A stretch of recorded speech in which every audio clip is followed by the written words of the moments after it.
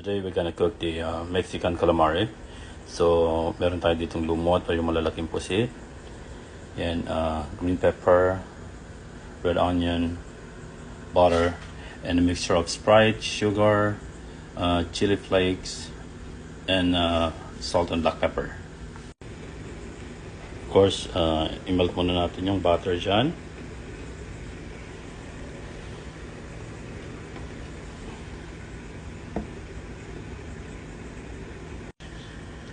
So ayan, kapag melted na yung butter natin, lagyan na natin yung ating lumot o yung ating malaking squid.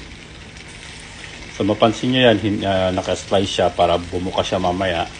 Kung saan natin isisingit mamaya yung onion tsaka green pepper.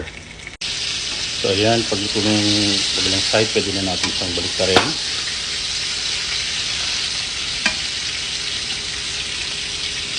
There you go.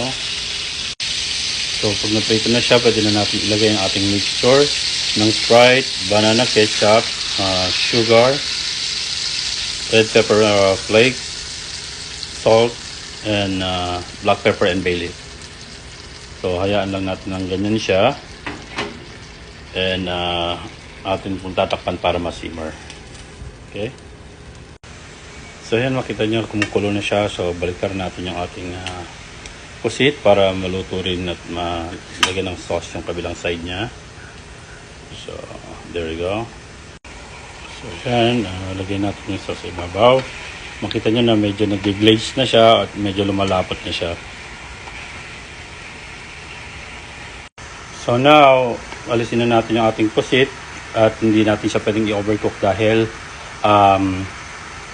mas lalo siyang titigas. The more na niluluto nyo yung pusit, the more na lalo siyang titigas. Okay?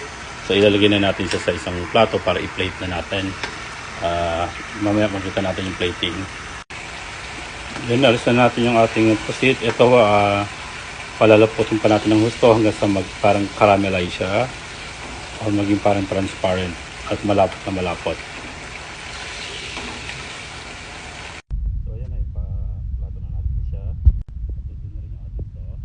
Lagyan na natin yung sauce dito. So ayan, ready na ang ating Mexican calamari. Oh, yummy.